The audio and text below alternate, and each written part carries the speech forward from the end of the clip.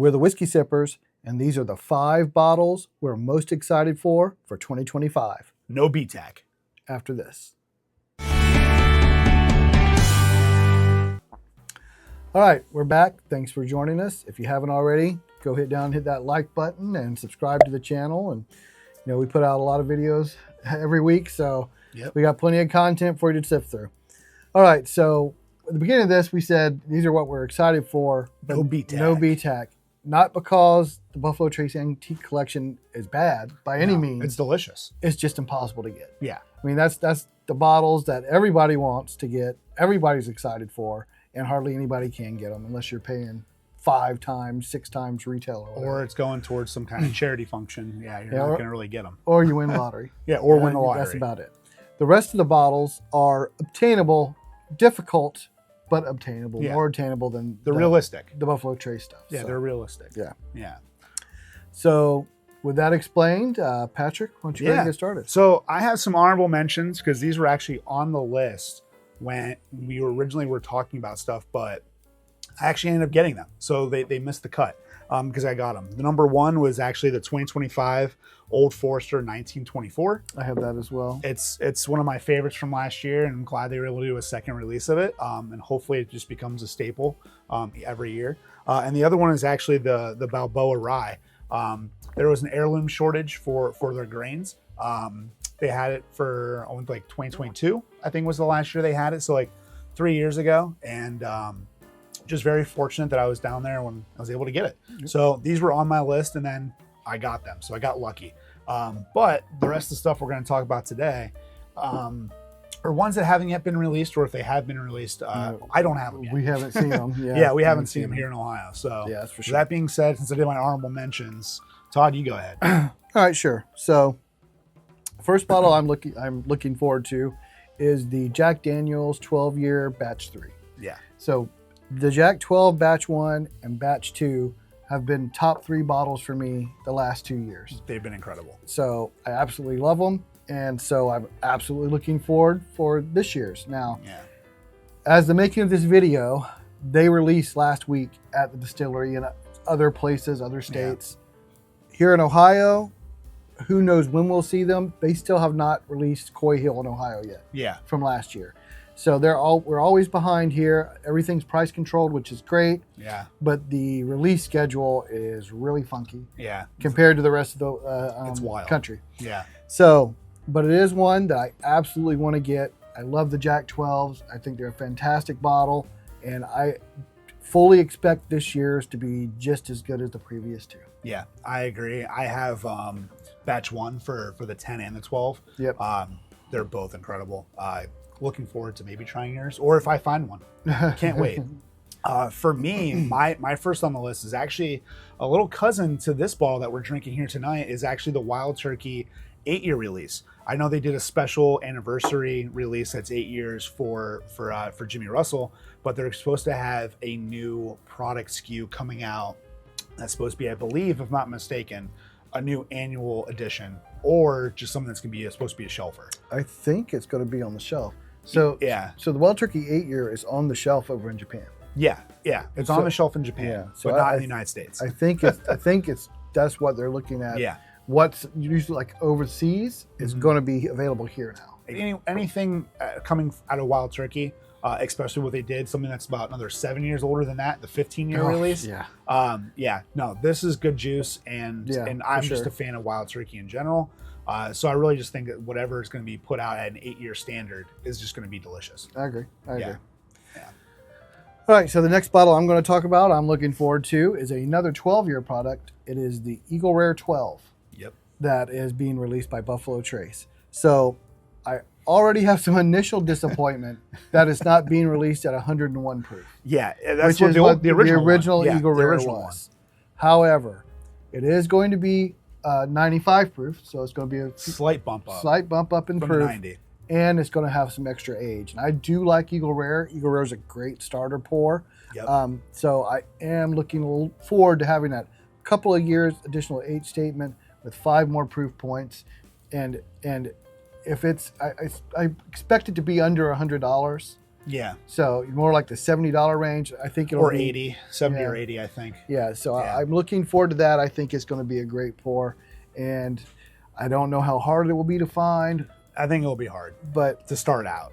But we'll see. We'll see. Compared to some other bottles, I think it's going to be easier to get than some others. Yeah, that's true. My next one is actually a very common one that a lot of people tend to go crazy about, especially in the C series. But mine's actually going to be the Elijah Craig Barrel Proof. They do for their batch series, but specifically batch B. When I started collecting those, it was the B variant. So because of that, I just want to get it and have it in my collection. I have 5, so I want to do a tasting of all 5 years as fresh cracks, and then maybe a month later where they've been open for a little bit. But however, I know a lot of people have been disappointed with the age statements dropping down. Yes. So we'll see what it actually comes out to be. But for me, it's, I think, just an attainable one that should be pretty good regardless, just because it's coming from Heaven Hill. Well, my next one is something that has been announced that I'm really interested to try. That's coming out, the Old Fitzgerald 7-year. Going with the Heaven Hill theme. Yeah, so the Old Fitz 7-year is apparently supposed to be a shelfer. Allegedly. Now, it is the same mash bill as Larceny.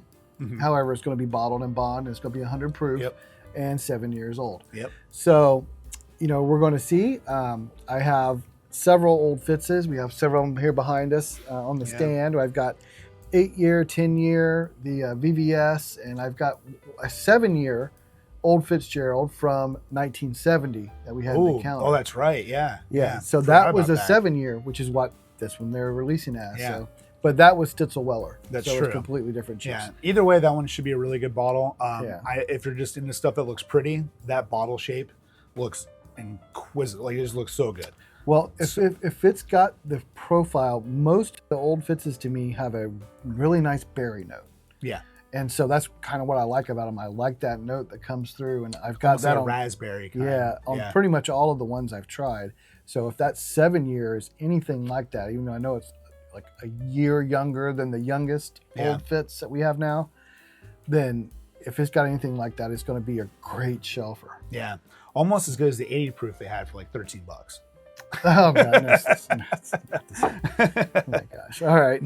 All right. So the next one for me is something that came out last year. It was a little bit of a surprise. I know Jim Beam came out with the reserves from their kind of Booker series. So for me, a second edition of the 2025 or 2024 reserves, I think will be incredible. It's one of the few bottles that was super special to me last year.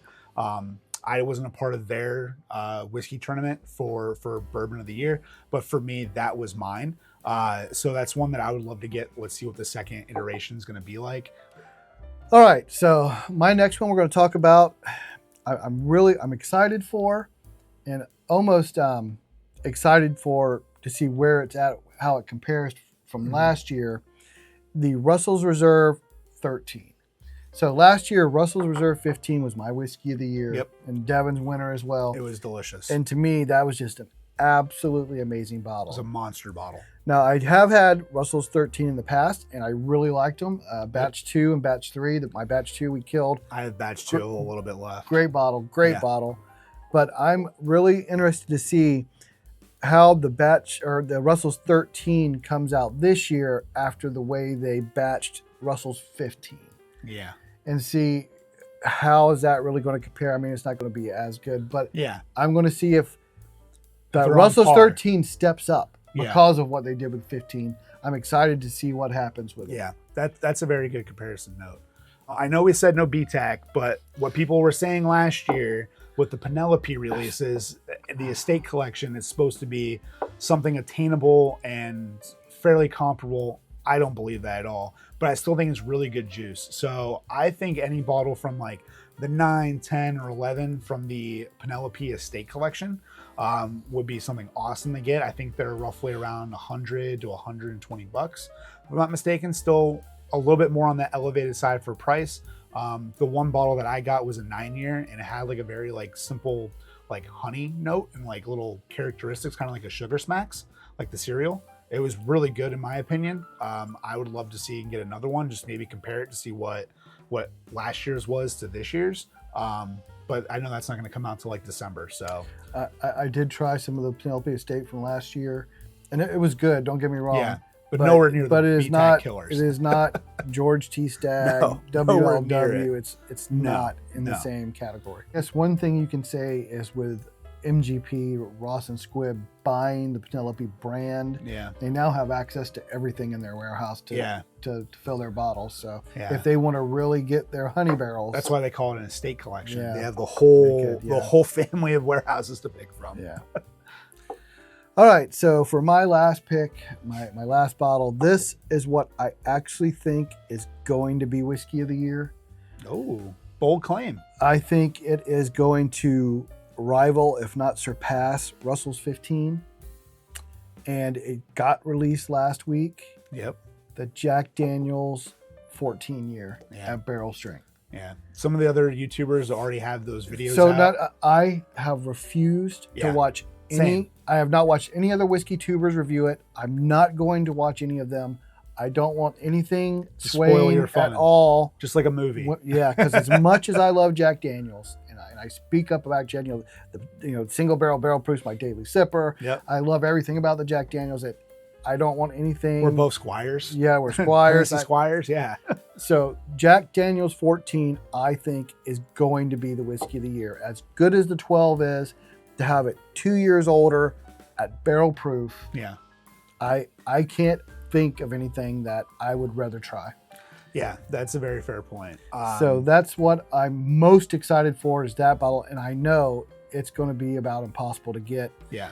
But we are in Ohio, so if it ever releases and we can catch it, we will get it at MSRP. It's just a matter of catching it. But of when. We'll see. By the end of the year, I'll definitely have to get one some way, by hook or by crook. Yeah. So well, to me, that's the bottle I'm looking forward to more than anything else. Yeah. No, that's pretty good. I think for me, not just from like just expected releases of what has been out there, it's a bottle that I've never had. And I think just trying to get one, I think, is just really the journey. But any kind of Parker's Heritage. I know they had like the 10 year, they have like a 12 year, they have a 15 or maybe a 17. Yeah, they're usually something different. Like last year's was a single malt. The year before that's a rye, which I have the rye. Yeah. The one of the best bottles I've ever had was a Parker's Heritage. It was the double barrel. Yeah. So the double barrel. We had that at one of our events. Well, Devin had a couple of bottles. Yeah. And that's one of the best bottles I've ever had. That double barrel is amazing. Yeah. So any kind of Parker's Heritage, if it's able to be found my way, I'm gonna buy it. So I just want to say I have in my collection to drink and share with friends. So that's one that I'm looking forward to. Maybe this is the year I get one. So that's my biggest hope, wish, and a prayer. in the fall, you got to make more trips down to Heaven Hill. I've never been, so I think I have a better record of getting something at Heaven Hill than Devin. You do. Yeah, and I've never been there. Yeah, absolutely. So hopefully my luck will change, and eventually, if I'm able to get one for when Devin comes back, would love to have that first pour with him be one of those. Say, look what I got, you didn't, and I got it for you. So we'll see what happens. Yeah. Yeah.